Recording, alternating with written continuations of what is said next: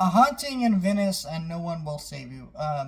Haunting in Venice came out a couple weeks ago. No One Will Save You just dropped on Hulu, and I was late to reviewing these movies, and I don't know how much my main channel cared about me reviewing these movies, so I decided to do a double review um, of these movies.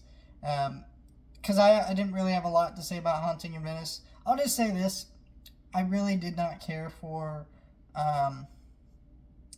Murder on the Orient Express and Death on the Nile. I thought they were fine, just not movies that catch my attention or intrigue me. They had decent performances, but yeah, was not a big fan of those. So I was like, all right, we're doing another one of these things. We'll see how it goes. And my shock, they did a horror vibe to this one, and I think it really worked, and they did a good job with it. I thought it was really well paced and well put together, and some intrigue and vibe to it that I really dug. I really loved how the film looked and everything. Yeah, I thought it was pretty good.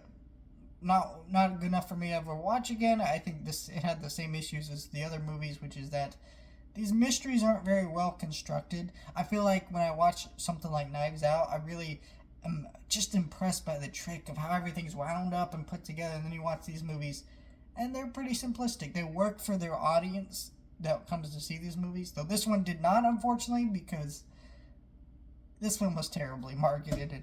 It is so oddly put together as this horror movie that that the older demographic that watches this shit is not going to show up for. So I'm not really sure what they thought they were going to do with this movie. But yeah, No One Will Save You. I really enjoyed this movie.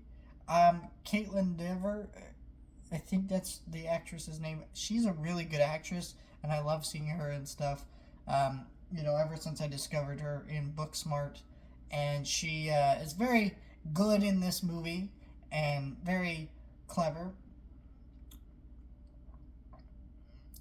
in terms of how her character is written.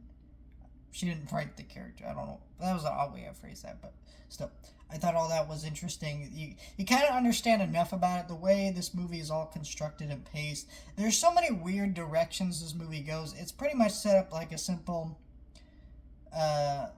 like slasher movie, but with an alien, right?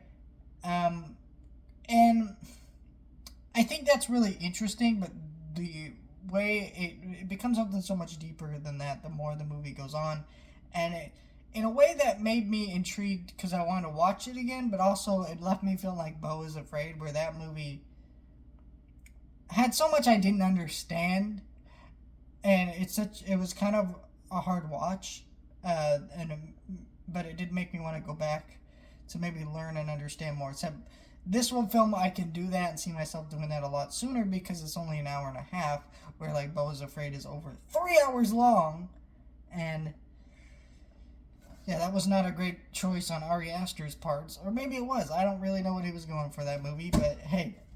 Yeah, so I don't know. I really enjoyed this movie. I thought it was really great.